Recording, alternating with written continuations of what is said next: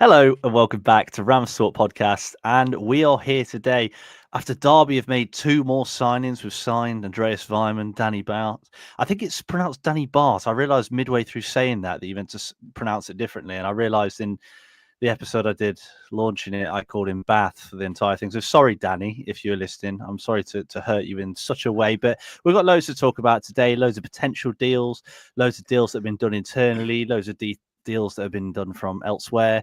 Talk about the new kit as well. I know it's been pretty well received, and a couple of other bits around the club too. So joining me today to talk through everything is firstly Mr. J League Page. How you doing, mate? Yeah, good. I quite like my new name. I gave it to myself, so hopefully everyone can address me as J League Page moving forward. Feeling good, a little bit cooler this week, and hoping that my voice doesn't break like it did last week. So hoping for a better episode, Jake. Yeah, that'd be nice, actually. That would be good. We've also got Callum Boocock. How you doing, mate? I'm good. I'm on a high after all those F1 fans seeing Lando Norris win the British Grand Prix. I'm happy. I'm happy now. So talk about football. No, good stuff. Yeah, and Hulkenberg getting his first ever podium as well. It was an interesting Grand Prix. So, where else do we start other than the actual confirmed ones? We'll start off with an internal one. Liam Thompson. Now, it was pretty widely reported that Liam Thompson was thinking about moving elsewhere. There were Derby YouTubers saying he's rejected contracts. Obviously, all these Derby YouTubers have a plethora of contacts, so they'd have known that. And he's here. He's staying. We said at the end of last season, we really wanted him to stay. But if he took a step for his career, it would make perfect sense, right? You can't hold it against him. It happens. But he's staying. And Jamie, I mean, it's great news, isn't it? Yeah, and it's really surprising. I was really surprised to see it come through because it almost felt like the Louis Sibley situation. He went on holiday to Thailand. There was no inkling that he was going to sign, and I was just waiting for it to be announced that he was ending up at a Wigan or a Blackpool or some destination in League One. But to get it over the line is really important. And I know Liam Thompson will want to be a focal point of this team. He'll want minutes, but he is such a good squad option. He's someone that can start for sure. He can, but then he's also someone that you can bring onto a game and give you that energy in the midfield. So delighted that he's still here. And I tweeted out saying that the legacy still lives on from the under 18s winners. You know, there's some pretty famous faces in there now. So yeah, it's good to retain one of those and keep him at the club. And hopefully has a good season. We know he can have a good season. I definitely saw an increase in performance under Eustace, and I think Eustace can take him to new levels. So looking forward to seeing what happens next season for Liam Thompson. Well, that's it. And Cal, it's kind of been made a bit of a foregone conclusion that Liam Thompson will not play games next season. You know, people, including me, including probably all of us, have said, Derby are going to bring in players that are going to be at a higher caliber and Liam Thompson won't get game time. But if you look towards the end of the season, the only games we lost under Eustace after our dodgy first couple of games, the second we got that first win on the board, the only losses after that came when Tomo didn't start. Can he play an important role? I think under Eustace, yeah. I think he's proven that he can work in a Eustace like engine of the midfield, the way he likes them to play. I think also Eustace seems to have a soft spot for him. He spoke about him at the fans forum and said that when someone asked the question about the deal being offered, he said that he's someone he admired. He admires his work rate. He admires also just kind of taking into account his size, and it is one that you got to take into account, that he puts himself about and he's got that great low centre of gravity and he's actually half decent on the ball, which that combination in the Championship, kind of you have that bit more space. In League One you kind of struggle because you do get, it is a lot more emphasis on that physicality. In the Championship you do get a bit more time on the ball, and I think he thrived up towards the back end of the season, and it's probably one of the probably when he first came onto the scene, probably the best set of performances he put in a Derby shirt. So he deserves the extension. I am surprised that he is sticking around, because I thought he'd go and try and get first team football, a guaranteed first team football elsewhere. But no, I'm happy. He's a great squad player, great lad, and he's a Derby obviously through the ranks. Obviously, we saw how he reacted when we got promoted and all the celebrations that he did there. So he's a fan's favourite, and it'd be great to see what he does under Eustace. Yeah, it definitely would. It definitely would. I mean, I think it shows a bit of ambition, maybe, as well, sticking around. He could have gone to League One and walked into most teams in that league, but he stayed with us in the Championship because he thinks he can play for us in the Championship. And I like that. I like a player that, backs himself, and it'll be good to see if it carries on that way. Will we get to January and he's thinking the same thing? I'm not sure, but let's hope that he can deliver, because he's clearly got the potential. He showed he's got the ability, and his form towards the end of the season was really special. On to the signings from elsewhere. I mean, Jamie, Danny Bath. See, I did it again. Danny Bart, as he's famously called. I think even on Twitter, he's got Bart at the end, hasn't he? At the end of his name, he's called it's like spelt as it is Bath, and then at the end it says Bart. I had Blackburn fans telling me he's going to be our best ever defender. I mean, I think they're quite delusional up in the northwest, but it's a good sign, isn't it? There seems to be a lot of positivity. I know we spoke about it last week and how good that deal will be for Derby, but the fact that Blackburn fans rate him so highly, with Sondre Langus not fit at the start of the season, it's definitely a positive move. Yeah, look, we've signed players before, and we've looked on different clubs' Twitters, or X now, Twitter, what it formerly was, and there's been people writing off players when they've gone from clubs. I think of Curtis Nelson. I saw fans tweet and say not too much, wouldn't be starting for us next season, X, Y, and Z. So it's refreshing when you see clubs actually come out and say, yeah, we're gonna miss him. He was really good for us last season. So that was really positive. He looks like an athlete. I mean, the size of his arms in that Rams TV interview was ridiculous. He was taking up half the screen with his arms. So yeah, he looks strong. He looks good, and look, he knows Eustace as well. And I think there's something about that a player comes in that Eustace knows. He knows what he can do, what he can't do. I think Cal was talking about this last week, and he can just slot him straight in. He knows that he can go straight in, no kind of hand holding or time to bed in. He can do it. He's vastly experienced. So yeah, a really good signing. I mean, it was the worst kept secret. It was always going to happen, wasn't it? So wasn't surprised about it happening, but yeah, really excited to see what he can do alongside Clark in Langus's absence at the start of the season.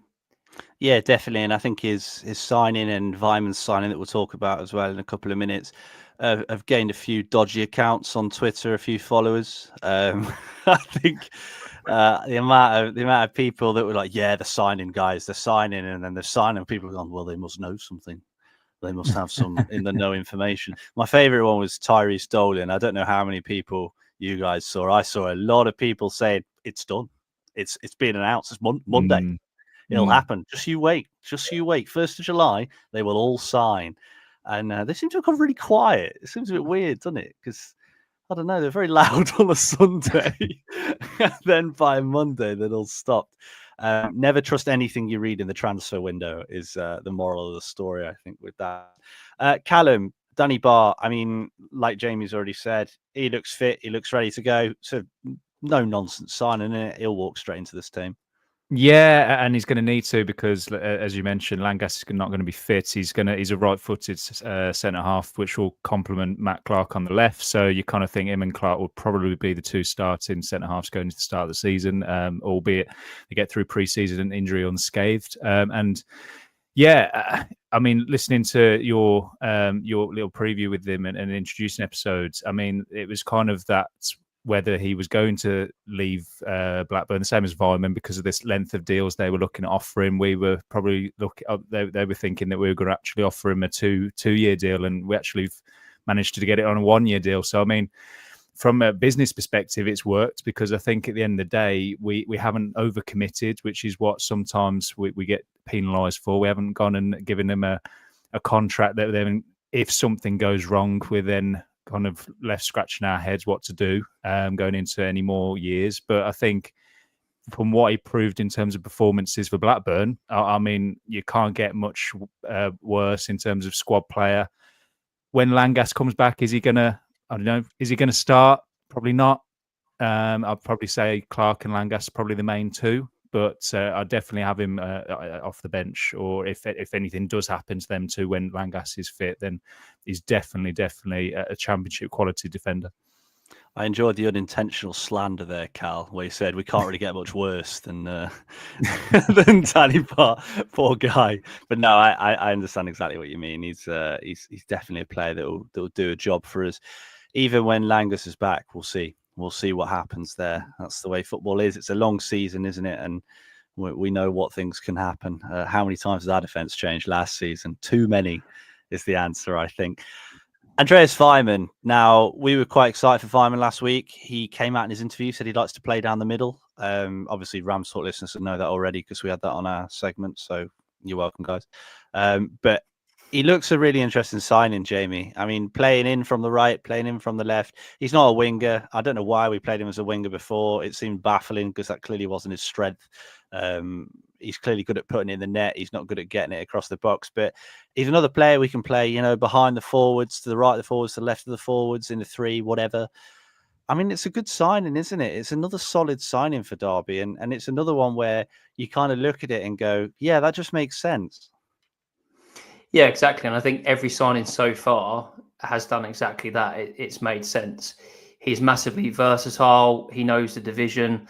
I absolutely loved that he was honest enough to come out and say, look, Derby probably didn't see the best side of me. I probably was better when I left Derby. So in the back of his mind, he's thinking, I've said that now. I've now got to go and give performances that show that it's coming back. It must be a Sunday. It must be a Sunday thing. It must be a Sunday thing. I just get emotional speaking about Andy Weimann. I don't know why. But yeah, he is a really, really good signing, and it's not one that's going to turn heads. It's not sexy. It's not glamorous, but that is worth points at the end of the season. I'll tell you that, because he'll be very important to this squad. And again, he's another player that I'm looking forward to seeing what they can do in a Derby County shirt. He's a nuisance as well. I feel like we're signing players that just get on opposition's nerves. You can't take your eyes off of him because he will drop a shoulder and get in behind. He's very hard to mark, and he's got an eye for a goal. So, yeah, really happy with that sign. And I know that there's accounts out there that have said on X, not too over enamored about these signings, but you have to remember we are building a squad to be able to compete in the Championship next season. And what we've done so far is really, really good. So we should be happy. We should be excited. Yeah, I agree. And I think a lot of the time on social media, it's very sensational, isn't it, nowadays, without sounding like a grown old man. Back in my day, it was never like this, but it has grown very sensationalized in recent years. People want the big signings. People want the big names, and Andy Weimann's one of them that, like you said, Jamie, he'll win his points. He will get his points, and he will come off the bench, and he will score goals. And he's one of those players that we definitely needed. And as said in the comments by Mark, Weimann's an upgrade on Mendes-Lang. I think he probably is. He probably is overall. You look at Mendes-Lang's impact across the season. He had a couple of good games, but he never really put his stamp on this team, whereas Weimann's just got that little bit more about him and that little bit more nous, and hopefully he can deliver when we need to. Cal, what do you think, Andreas Weimann? I know Jamie said he's not the nicest looking, but I thought he looked quite nice in his signing pictures. He had a beaming smile. Yeah. Did I say that? I think he's quite good looking. That's Jay Voice Cack Page for you. Yeah. So, no, I do agree with Mark in the comments. I think he is an upgrade in Mendes-Lang, and that's hard to say because Mendes-Lang did great for us in League One, but I think it's just the versatility. He can play across that front three. I mean, again, listening to your introducing episode where they said he can even play as a striker. So if anything, if all else fails, if we have any... 9 others are injured. Yeah, we can put him up there. But I would love to see him, like I said, in a Derby shirt playing down that centre, maybe in a 10 behind, that 10 that we've been talking about, that behind maybe a front two or something like that. Try something different. But what he did have in his Bristol City, obviously stint, that he could play across the front three, and that front three was so interchangeable with Chris Martin, Semenyo, and him that he got, was it 20 plus goals in that one season? So Yeah, he's definitely an upgrade, and I think the what was nice to hear in his interview with the club was his factor that obviously he wants his kids and his family to see him play more. They only saw him play a couple of times last season because of being up in Blackburn. Damien Bart was the same. Both of them have come as a kind of a package deal, and they seem to be good mates. So it'd be nice for them to kind of be home. And I think that's one thing that Eustace wants. He wants good characters as well. And obviously they're going to play for the badge. They're going to play for obviously their families and stuff. So I think it's going to be a good signing all in all. And we'll wait and see where obviously he plays in terms of position.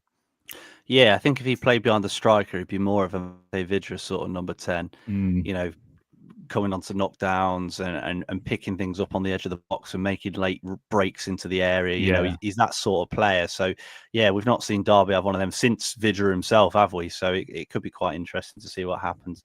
Got a comment saying Vitamin has unfinished business. Yeah, I know. There's a manager that had certain unfinished business as well.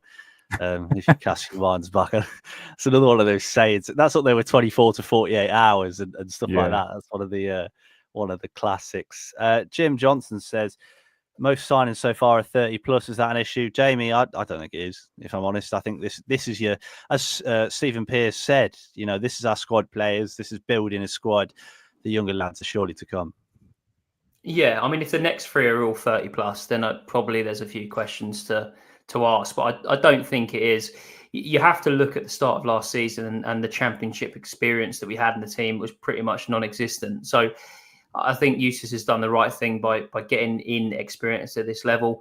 Do I expect Andy Weimann to start every game? The same with Danny, with Bart as well. No, I don't, in all honesty. So at that point, it doesn't really matter how old you are. And I think what we've seen with both of them is that they can keep themselves fit. I know Andy Weimann has had some injury issues in the past, but if they can keep themselves both fit, I don't think it's an issue at all. I agree. And Carlton Morris is actually only 29. He's practically an academy player. So, you know, compared to the Warren signings that we had a few years ago, you know, he'd probably be cutting about for the under 21s or something. But yeah, it's good to see that we're bringing squad players in, and the young players are to come. And we know who one of the young players is. It's Patrick Adjumang from Charlotte. Now, the fee of 8 million that gets banded around does rattle me slightly, because it's like, you know, when people try and make transfer fees sound bigger than they are, it happens a lot with teams like Arsenal and Liverpool and stuff like that. I think it was the Wirtz deal where they were paying like $140 million or something like that. And whatever sounded bigger, they'd always do it. It's about 5.8 million in pounds, which is, you know, it's a fair whack. It's only slightly more than we paid for Sondre Langas, probably worth keeping in mind, but it is a fair whack. But in return, we're getting a full international striker, a guy that scored goals in the last couple of years. Yes, he's only played professionally for a few years, but he looks a big handful. He looks really difficult to play against. Jamie, you mentioned nuisances. He is the ultimate nuisance. He's massive. He's large. He gets in the way. He gets his body in between the opposition and the ball. And he can strike a ball as well, which is something that I don't think we've had too many strikers that can absolutely cannon a ball. I mean, maybe McGoldrick, but he was maybe more a little bit cultured. Probably Tom Lawrence is the last Derby player that could smack a ball from 30 yards fairly consistently. Callum, I'm actually really excited for this, and I really hope it goes through, because when you look at the attackers we've brought in already, we're starting to build a genuine, proper front line. And we've not had one of those, you know, even in League One. Yes, we had McGoldrick for a season, but we were really surviving on scraps for quite a while. We've not signed a proper out-and-out striker in years. I mean, how exciting is it to get someone like this potentially through the door, obviously pending a medical? Watch him do his hamstring tonight now or something. But pending a medical, he's coming through the door. What are your thoughts? Yeah, it's. I mean, we briefly spoke about it last week, but we, in terms of where the club are looking in terms of regions, we haven't looked in this region before. We've seemed to have picked someone out who is kind of not under the radar, but no one would go and say that they've gone and had a real good look at him before. Obviously, his name got brought up in terms of the link, and he is the starting number 9 for the United States. So then you kind of go, well, he's 24 years old. He's over 6'4", I think he is. He's, like you said, he's an absolute unit in terms of physicality, but he's also got pace about him. And he's scoring for his country currently in the CONCACAF Gold Cup, and obviously in a final tonight. I think it is against Mexico. So you kind of go, well, he's playing in terms of that caliber of international football, but also scoring for his country. But the facts, what I'm most impressed with this signing is that he only, I think you mentioned last week, he's only played top division football, even if it is in the MLS, for one season, maybe 1.5 seasons. He came through from the third division in America. So he's obviously got a bit of about him to go through the ranks, and like you said, I think you mentioned last week, kind of that Vardy-esque kind of journey, and he's only 24 years old, so he's got so much time. And I think what worries me, and in terms of just what I've seen on social media to the reaction of the fee and stuff, is just that pressure that this lad's going to come under when he starts. And I think we've just got to have patience, because he's got not only a division, but he's moving across the pond into a new country for the first ever time. We've got to be patient with him. We can't go after 2 games and go, why has he not scored like 2 hat-tricks? We've paid over X amount of money for him. We've got to give him patience and kind of just see how it all plays out. We've got to trust Eustace in the recruitment team. We've done it with everyone else, so let's do it with Adjiman also. Well, that's it. I mean, think about some of the best strikers or attackers of Derby's last sort of decade, maybe slightly more. Chris Martin scored about 2 goals in half a season for Derby, and then went on to hit 25 the next season. You know, Mate Vidra hit about 2 or 3 goals, and then went to hit 20-something the season after, won the Golden Boot. So I think if he doesn't hit the ground running in the first, 3-4 games, you've got to give him a chance, because, as you say, he's got to adapt. But at the same time, I've spoke to a lot of people about Patrick Adjiman. I've spoke to as many people as I can from across the pond, people that, we know, people that, have reached out to, people that we may have recorded episodes with. We've reached out to as many people as possible to find out as much as possible. And every single one of them has said his attitude is infectious. The reason why he's gone from, in the space of 5 years, playing at bottom of the barrel university, basically football, to playing top division, MLS football, and now coming over for a multi-million-pound deal and playing for the USA, is because his attitude is spot on. And that's one thing that I noticed with Eustace last year. A lot of the players that he brought in, the likes of Tomo, etc., were the players that had the good attitudes and were willing to develop and learn. And that's my favourite thing about this, is that he seems like a guy that will make a real difference. However, there is a man who does not believe that, and he's currently very blurry and in the centre of the screen. Jamie, any thoughts? Yeah, I got most of that, to be quite honest, even though it was a little bit fuzzy. It was a little bit fuzzy. Look, I think it's a hell of a transfer fee. It really is. It's a lot of money to pay, and I think, as we discussed last week, we're just not used to doing it. So it's going to be scary for certain people. He's obviously unproven. I think there's pros and cons for it. I think the pros are, as Callum said, he's a full international. He's definitely got the attributes to be a top striker, in my opinion. He looks like he can score goals. I also do think that the pressure isn't going to be on, because we have got Salverson, we have got Morris. So coming in from day one, he can be drip fed into this team, hopefully. And hopefully that helps him settle in, because it's not just getting to know Derby County. It's also living away from your home country. It's a completely new way of life. Some people really struggle with that. So, yeah, I think that's a positive. I think on the flip side of it, in terms of, what I worry about, is that sometimes these type of players get hyped up and almost the media kind of whip up this storm. I think back to, and I think you two are probably a bit too young, but Freddie Adu, who was a football manager icon back when I was a kid, and it was said that he would be the best player in the world, future Ballon d'Or winner. And I don't think he actually left the States. He ended up playing football in probably lower than Division 3 in America. So, yeah, look, it is a gamble, but I'm excited for it. And I hope that the fans, like Callum say, can get behind him and really kind of take into our hearts. But I think he works hard. He wants to do the right things. He's obviously had this incredible story to date. that comes from hard work. So if he can put hard work in, Derby fans don't care for much really in terms of players. They just want people to work hard and work hard for the badge. So if he can do that, I think he'll have quite a lot of fans quite quickly. Yeah, I think he will. And I just checked, Freddie Adu played far more games and scored far fewer goals. So clearly he's better than the greatest football manager player of all time. So, don't believe those football manager scouting reports. Honestly, Fred, after this, I remember. If you look at Freddie Adu, do you remember him, yeah. I thought you were too young, to be honest. Vaguely. Yeah, no. I've seen that you see it in groups when people talk about it. Him and centre half played for Derby. What's his name? What was his name? Tonto something. Tonto. No. He was. I'm sure he was from somewhere in Africa. He's a centre back. Played for Derby. Someone in the comments help me. Centre back played for Derby in like 2001. He had like crazy hair. I can't remember his name. No.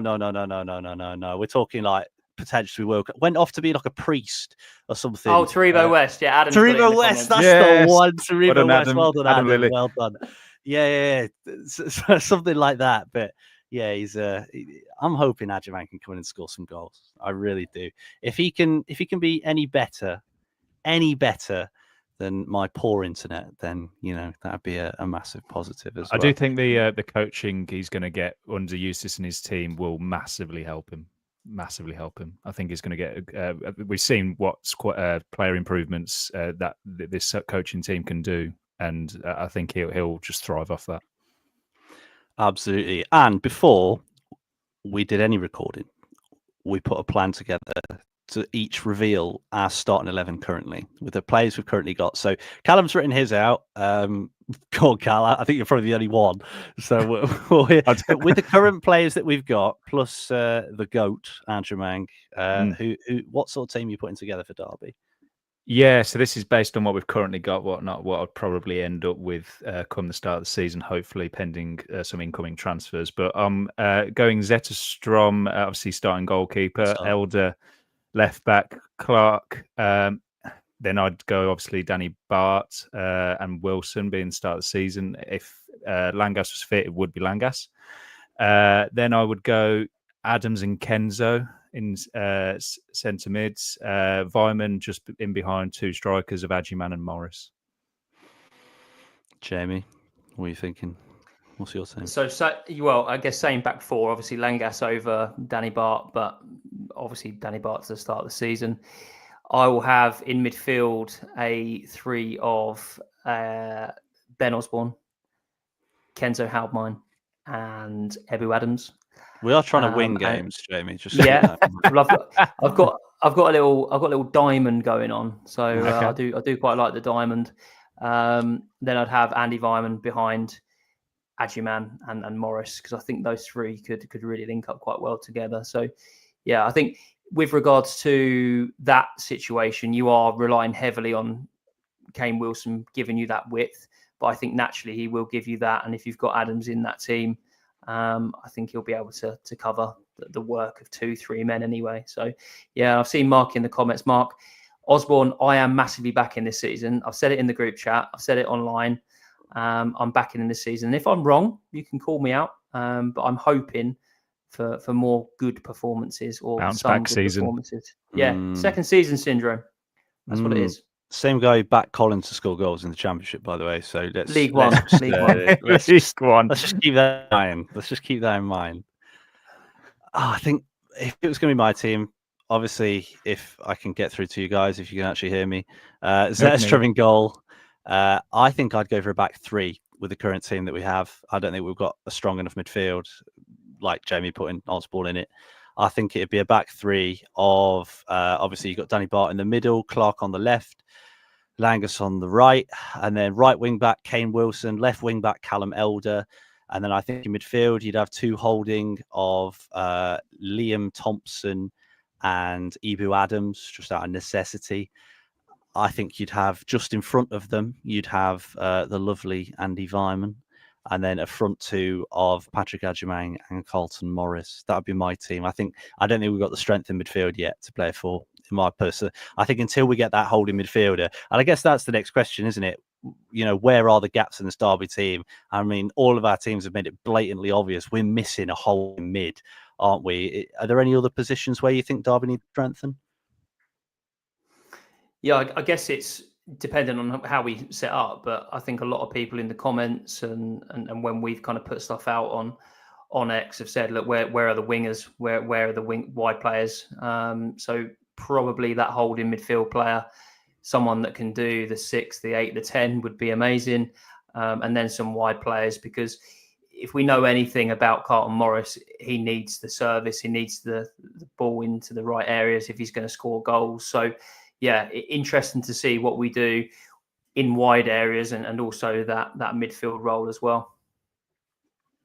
I agree. Yeah, agreed. I agree. I fully agree. I think the winger situation is fully dependent on, I think, which formation I think that the transfers will kind of paint a picture as to what Eustace will want to do in terms of formation. I think if we do that, I agree with someone on Twitter before we went live that we're looking at probably 2 wingers, maybe 1 central midfielder, that CDM role, and then I would go 2 fullbacks, 1 left and 1 right. I think we need squad depth in both of those. But I think a lot of it is dependent on whoever we get as this holding CDM. But I'm obviously at the moment, it's very early in the window. Look, it's very, very early. A lot of these sort of transfers that require a fee do come in later. I appreciate that we have gone a bit early in terms of the striker department, but I'm hoping that we see a few links to a few central holding midfielders. Well, what's the hardest position to recruit for? Number 9. They're the most expensive. They're usually the hardest to get, and Derby seem to have done that business nice and early. So it's hard to complain about that. Let's pick up some midfielders further down the line. But yeah, Harry Oldham saying creative midfielder, potentially push Wilson higher up as a winger. We'll see about that. Mark Johnson hoping Harrison Armstrong comes back. Adam Lilly saying we need a holding mid, left back, wingers.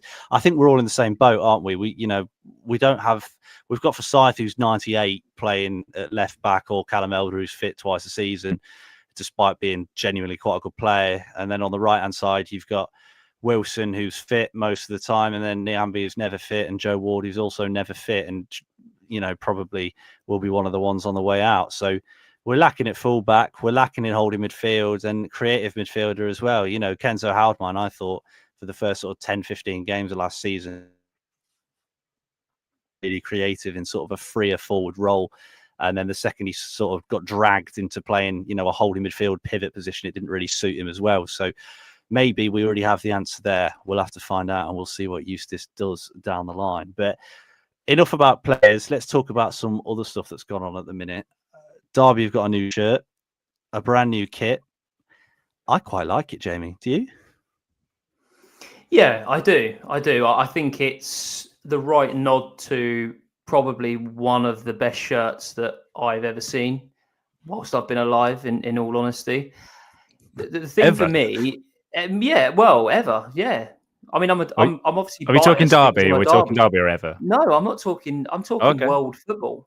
I'm talking from Fair enough. the parks of Derby to the streets of wherever. That is an iconic shirt, and obviously Derby achieved some really good stuff in it when Jim Smith was manager. For me, I just think I like the nod to that shirt. However, I think you could do a lot more.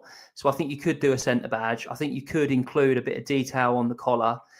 I think that the stripes, although they look good, I think they probably could be a little bit better. But that's me picking. We've had some pretty basic template kits over the years. This definitely doesn't feel like that. Will I buy it? Maybe. I probably will buy the away shirt just because I feel like I'm due a change this season. But yeah, all in all, I think it looks good. And what I will say is, as a kit, as a shirt, shorts and socks, it looks really neat. So yeah, I think the players are going to look pretty mustard cutting about Pride Park wearing that. Yeah, as a kit, it's fantastic. I agree. I love some of the gold detailing on the socks and things like that. One thing I will say is, putting my manufacturing head on, I think there's some bits where you talk about the things they've changed. That collar is a stock collar. We've seen other teams that use the same collar. I think there's some bits where, Derby have got kind of stock bits and then they've got some custom bits as well that they've got added on. I think about the different bits of paneling, if we don't go into too much boring manufacturing detail, but the way they put it all together, there's lots of different bits, and it looks like we've got control over some and less control over others, which I think is probably why, we've got that black collar, and I know a few other teams have got the same collar as well, which is disappointing, isn't it? But, I think when you look at kits, I think a lot of the bigger teams end up getting, the super personalized kits, your Man City's get the proper customized ones, sometimes for good reasons, sometimes for bad, sometimes they look horrendous. But yeah, it's definitely a nice kit. I'm a big fan. Do you like it, Cal? What do you think? Yeah, no, I put out that I'm a fan of it. It's one of my favoured home shirts that we've produced in the last few years, which is nice that obviously we've gone back to Puma and obviously in their first proper go at it, that this is what they've cooked up. I think, yeah, in terms of what I'd tweak, I probably agree with Jamie in terms of centre badge, but I think a lot of things have changed since that kit that they've done homage to, which is obviously the front of shirt sponsor, which is obviously a huge deal in terms of sports, in commercial aspect, takes that kind of precedence rather than like the kit provider. The kit provider obviously wants to be where they normally go, all that sort of stuff. And it's what I will obviously make a nod to is that it's great to see Fano back for another season. I'm a massive fan of them. Obviously, also on the pod. How much have they paid you for the Callum? But then he's got a gun. He's got a gun behind his back. Who is it? But one of my favoured things on any shirt is a collar. And yes, if it's a stock design of collar, it doesn't really bother me. I'd love a collar on a football shirt. So it is one that I will wait to see what else we produce in terms of away shirt and third shirt. But it is one that I am eyeing up. Yeah, it's definitely a nice one, isn't it? Sorry, go on, Jamie. Yeah, and I guess just that you've stolen my thunder. I was literally going to say about Fan Hub on the front of the shirt. I think as a sponsor, they've been particularly kind to us as individuals and as a podcast. And it's so nice that we're not affiliated to some betting company or something like that. So yeah, and it is quite cool that we are front of their thoughts as a sponsor, and also we are the largest fan group actually on their platform as well. So if you are listening, you haven't downloaded it, go and download it because it is really interesting. No free promo on the Rams Talk podcast. What's going on here, Jeremy? This is shocking. I just felt something in my back. I was like, I better say it. I think that when you say free, I think those stints at Pride Park, mate, kind of we have to repay them at some point. Yeah, it's true. Oh, we signed the bribery and ethics contract at Rams Talk. You gotta consider that. You gotta consider that, Callum. One thing I do like is obviously paying homage to the time. Jim Smith, Bald Eagle. Jamie's, copied Jim Smith's hair as well, which I thought was a really nice touch. So it's good of him to do that. One final thing to touch on. Callum, I'll come to you first. Jacob Zatterstrom obviously picking up an award today, an EFL Community Champion, which is actually it's genuinely really nice. We talk about tactics a lot, we talk about signings a lot, but I think football does a lot for the community as well. It plays a huge part, and when you see a player like Zetterstrom come over, he's in a really foreign environment, like we talked about earlier. It can be difficult, and yet he's gone out and made a real difference.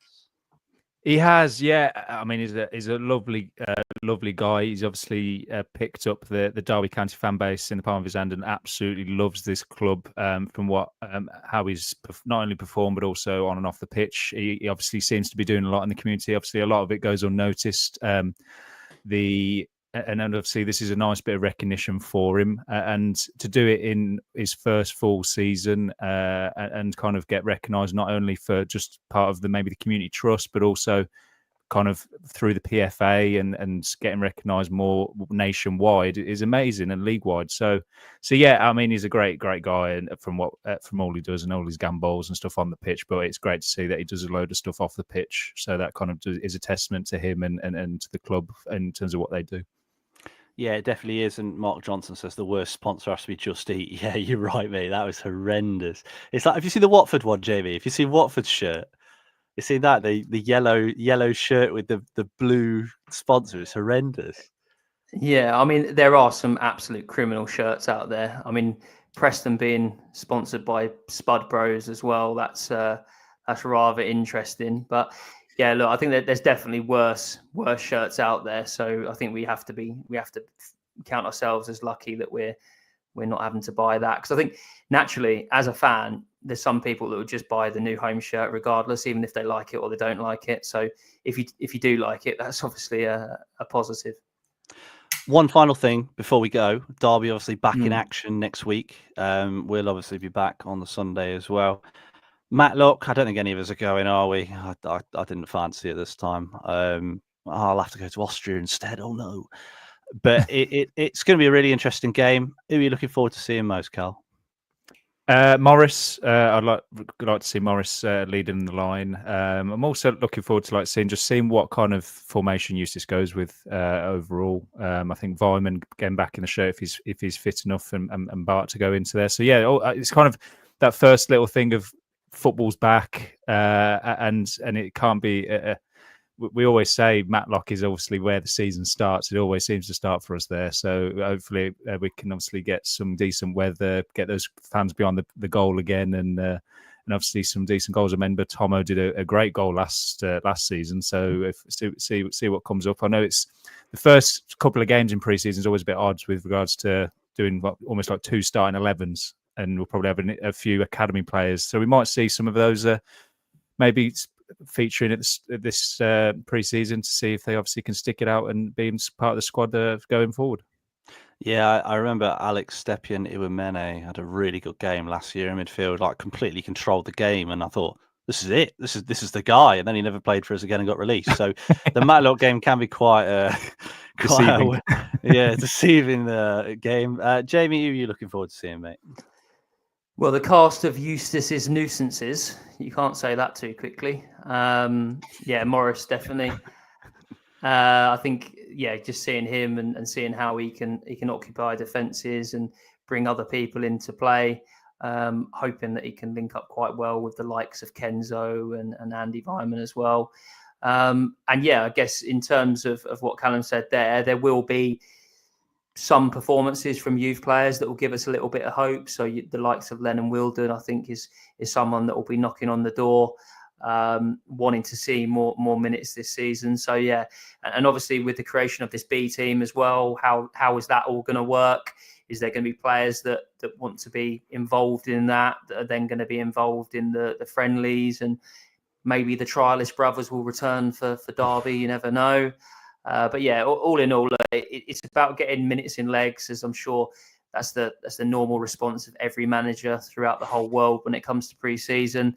It's ensuring that players don't get injured, and it's starting to build some relationships and some patterns of play. So not expecting too much, not going to really judge performances or results at this point. But yeah, it's just good to be back, isn't it? Yeah, it certainly is. And speaking of B team, I'm looking forward to seeing Richard O'Donnell. Obviously, we've not really mentioned him today, coming as Derby's third choice goalkeeper. Be interesting to see if he gets any minutes. I'm sure he's going to be a staple in the B team setup, which of course we all support now. As we said, we're going to become a Derby B podcast instead of Derby seniors, which would be quite fun. Derby, exactly. I'm sure that'll catch on. Unironically, I'd quite like to see Cruz Allen play. I thought he looked really dangerous when he played for under 18s, under 21s, and with a real lack of sort of attacking midfielders in the squad at the minute, it'd be good to see him get some minutes. So yeah, that's my actual take. Apart from Richard O'Donnell, who I'd actually love to see as well. Blackpool fans seem to really rate him, and I think Lincoln did as well, which is always nice. So thank you so much for listening. I apologise if I've dropped out at all. My internet's been horrendous for about 3 days. I currently have a download speed I had to check halfway through of about 4 megabits per second, which anyone that knows anything about this would be impressed by. I don't know how I've actually managed to stay so stable throughout all of this, which is good. If you did enjoy, please do leave a like. Please do subscribe. Every like gives me £1 to buy new internet. So keep that in mind when you make that decision, and give us a rating on Spotify and Apple Pods as well. So back in action next week. Pre-season's really getting underway. Hopefully Patrick Adjaman through the door. It's looking at starting at Derby County. Let's see what's coming next. thank you very much. It's goodbye from me. No awkward endings this week. It's goodbye from me. Yeah, my inset is stable, guys. Goodbye from me. I'm glad someone's is. We'll see you soon.